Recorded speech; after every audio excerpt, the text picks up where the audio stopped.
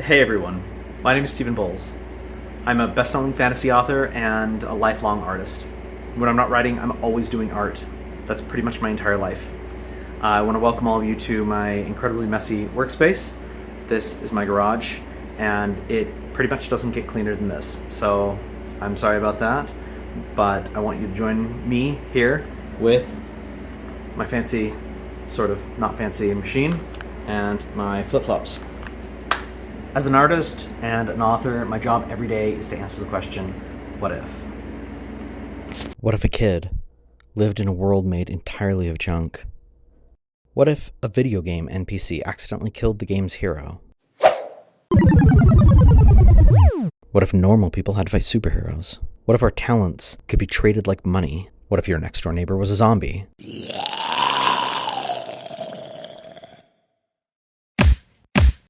What if art, to me, was more than writing, but the way I lived my life? What if I built a giant tree in my living room?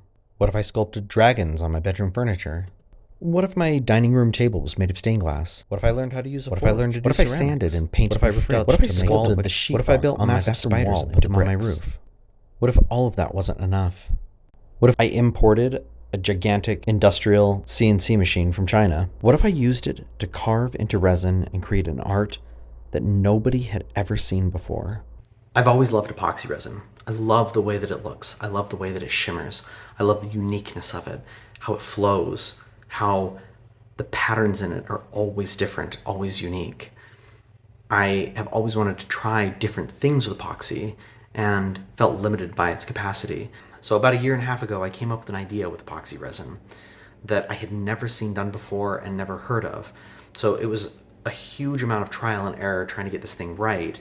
But basically what I did was I took a solid surface of epoxy resin and milled into it a shape and then poured another color inside the black that I had started with, and then I milled in a second color when it had cured, and then when that second color had cured, I cut and poured a third color, a fourth color, and a fifth color, until at the very end you had this big mess of colors that were just kind of scattered all over the piece. And inside that mess of colors was this image that was lying in wait, hiding about a couple centimeters below the surface.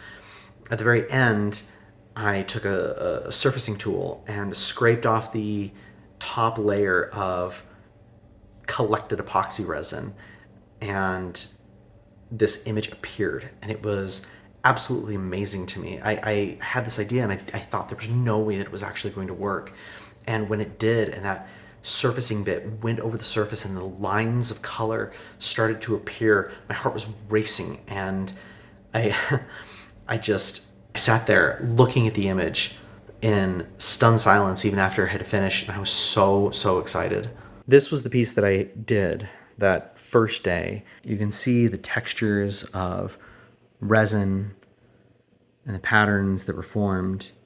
Epoxy resin has a look and a sheen and a texture like nothing of its kind. And I felt like it was isolated to river tables and jewelry and drip paintings. I wanted to create something that was different from all of those. I wanted to create something completely unique, something revolutionary.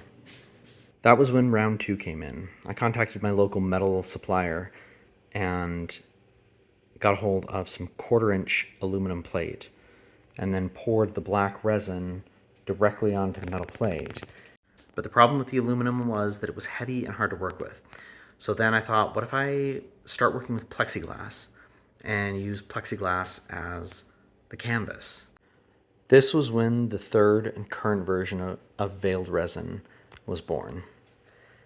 I carved into the back of the plexiglass, poured the colors one by one, and instead of milling off the very top layer with a surfacing bit, I simply turned the piece over, and the image appeared in full 3-dimensional glory.